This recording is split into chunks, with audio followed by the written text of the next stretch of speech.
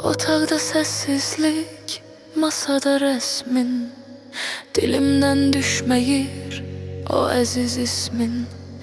Hər şey yapardım, bircə dərdi yox. İndi ürəyimdə xatirələr çox.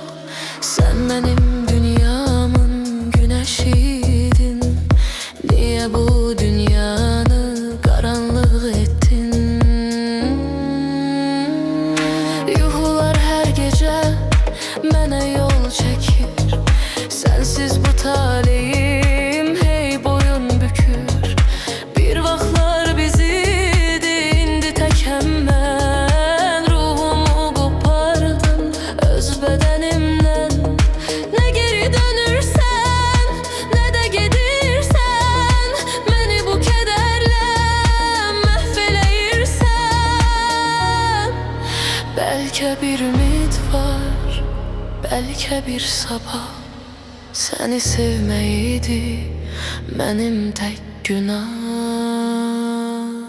Sevgi birdən izmiş məni səbatan. Sən mənə dünyanı cənnət yaşadan. İndi isə kədər tək yoldaşımdır. Gözümdən süzülən qanlı yaşımdır.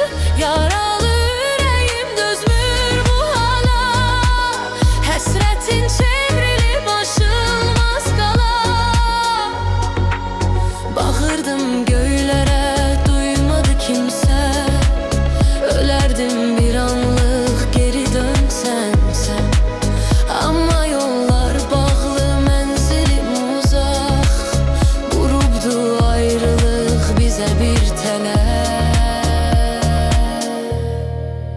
Hələ də səni, hələ də o günü unuda bilmirəm.